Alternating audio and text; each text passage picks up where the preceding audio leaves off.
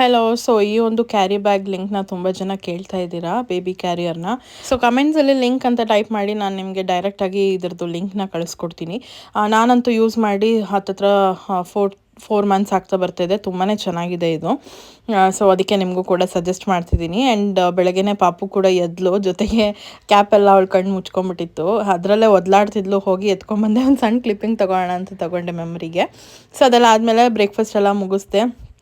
Breakfast ಎಲ್ಲ ಮುಗಿಸ್ಕೊಂಡು ಸ್ವಲ್ಪ ಪಾಪು ಜೊತೆ ಆಟಾಡಬೇಕಿತ್ತು ಅಂತ ಅಂದ್ಬಿಟ್ಟು ಅವಳನ್ನ ಕೂರಿಸ್ಕೊಂಡಿದ್ದೆ. ಆ್ಯಂಡ್ ಈ ಒಂದು ಕಾರ ಮೇಲೆ ಅವಳು ಕೂತ್ಕೊಳ್ಳೋದೇ ಇಲ್ಲ, ಬಟ್ ಆ ಮ್ಯೂಸಿಕ್ ಹಾಕಿದಾಗ ಅದನ್ನು ಎಂಜಾಯ್ ಮಾಡ್ತಾಳೆ, ನಕ್ಕೊಂಡು ಸ್ಮೈಲ್ ಮಾಡಿಕೊಂಡು ಎಂಜಾಯ್ ಮಾಡ್ತಾಳೆ.